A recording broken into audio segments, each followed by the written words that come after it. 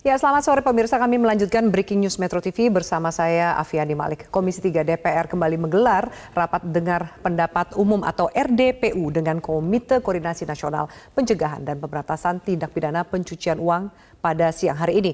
RDPU yang kali ini dihadiri oleh Mahfud MD, Sri Mulyani, dan Ketua PPATK masih terkait mengenai transaksi mencurigakan senilai lebih dari 349 triliun rupiah. Kita langsung ikuti bagaimana jalannya rapat dengar pendapat umum dari Gedung DPR RI Jakarta. Ada, tetapi nilainya kecil-kecil, 736 miliar, 352 miliar itu. Nomor 4 2012. Saya masuk pada nomor 6, Bu. Di nomor 6 ini 55,5 triliun rupiah. Ini jumlah yang sangat besar. Tetapi ditindaklanjuti oleh aparat penegak hukum kita ini belum ada laporannya di sini. Kemudian yang lebih besar lagi dari itu adalah pada tahun 2020, 199 triliun rupiah. Menurut laporan yang kami terima pada kesempatan ini, belum juga ditindaklanjuti oleh aparat penegak hukum kita. Kan gitu ya, Mas Ivan ya? Belum ya.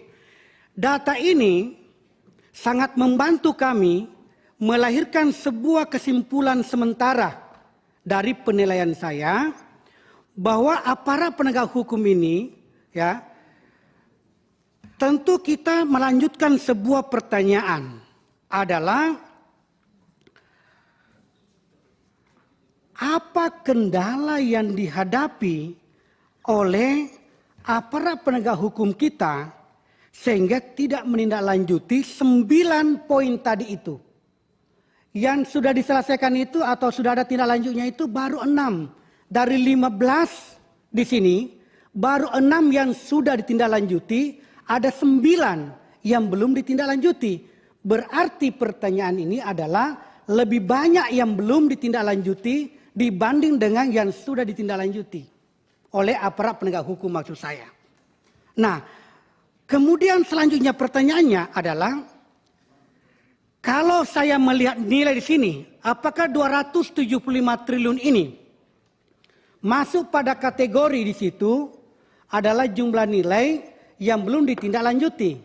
Pertanyaan selanjutnya, siapa-siapakah yang terlibat di angka-angka yang besar ini sehingga sulit aparat penegak hukum kita untuk menindaklanjuti. Kemudian, kalau saya lebih ekstrim lagi ingin bertanya adalah siapa sebenarnya yang mesti bertanggung jawab semua ini? Kenapa mesti berlarut-larut? Dari 2009 di atas sana sampai 2022. Bahkan 2023 nilainya 2023 ini hanya 6 miliar, kecil lah dibandingkan dengan di atas-atasnya semua itu. Jumlah yang besar ini kenapa bisa sudah berganti kepala PPATK-nya berapa kali? Komite TPPU-nya baru 3 tahun menurut penyampaian Prof. Mahfud kemarin pada saat pertemuan ini. Berarti ini barang sudah lama. Kenapa dibiarkan ini, Pak Kabar Eskrim? Apakah ini di aparat penegak hukum? Karena di sini APH, Pak. Apakah ini di kepolisian? Apakah ini di KPK? Apakah ini di kejaksaan? Kan 3 ini, Pak. Di 4. Ya. Ada di Bea Cukai. Menurut Prof. Mahfud ini, berarti ada 4 lembaga APH ini, apa kendalanya mereka Prof? Kira-kira. Sehingga ini sulit kita ini. Tetapi saya mengatakan begini, terima kasih karena ada Prof. Mahfud yang berani mengungkap ini. Sehingga ini bisa terbuka.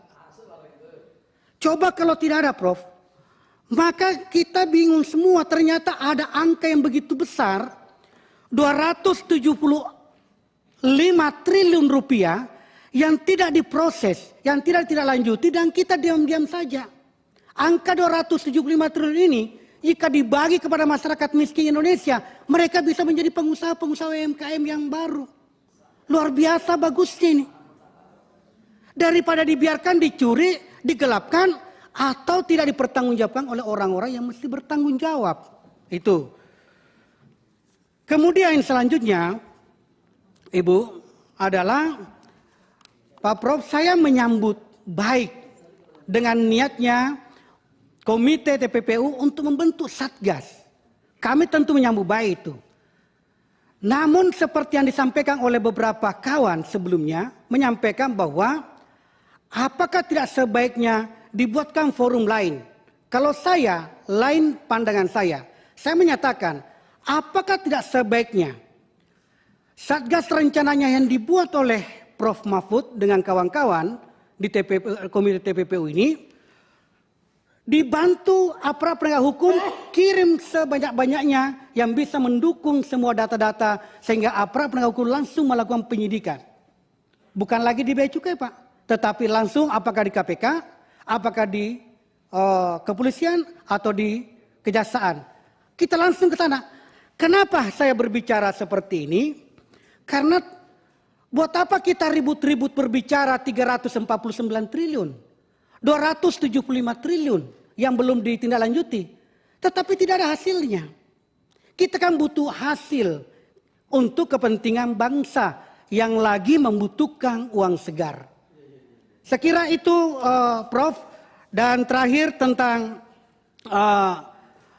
soal emas tadi yang 189 triliun, saya memberikan apresiasi jika Prof bersama dengan seluruh teman-teman yang ada di Komite TPPU jika menseriusi ini dan melakukan langkah-langkah selanjutnya. Karena tadi Ibu Sri Mulyani sudah menjelaskan dan kami baru memahami bahwa sudah ada terbukti tindak pidana asalnya itu, dan itu berapa tadi yang sudah dikembalikan, 500 juta saja, dan 100 yang tidak pidananya. Kemudian 189 ini terkait dengan korporasi, maka apakah ada jalan bisa dibawa ini menjadi sebuah nyata uang untuk dibawa ke Republik ini. Saya kira itu. Terima kasih Pak Prof, terima kasih Pak Ivan, terima kasih Bu Sri Mulyani atas penjelasannya. Mudah-mudahan kita semua berbicara di sini bisa dinikmati oleh masyarakat kita di Republik ini. Sekian Pak Ketua, Pak Saroni yang baik hati, saya kembalikan. Terima kasih. Assalamualaikum warahmatullahi wabarakatuh.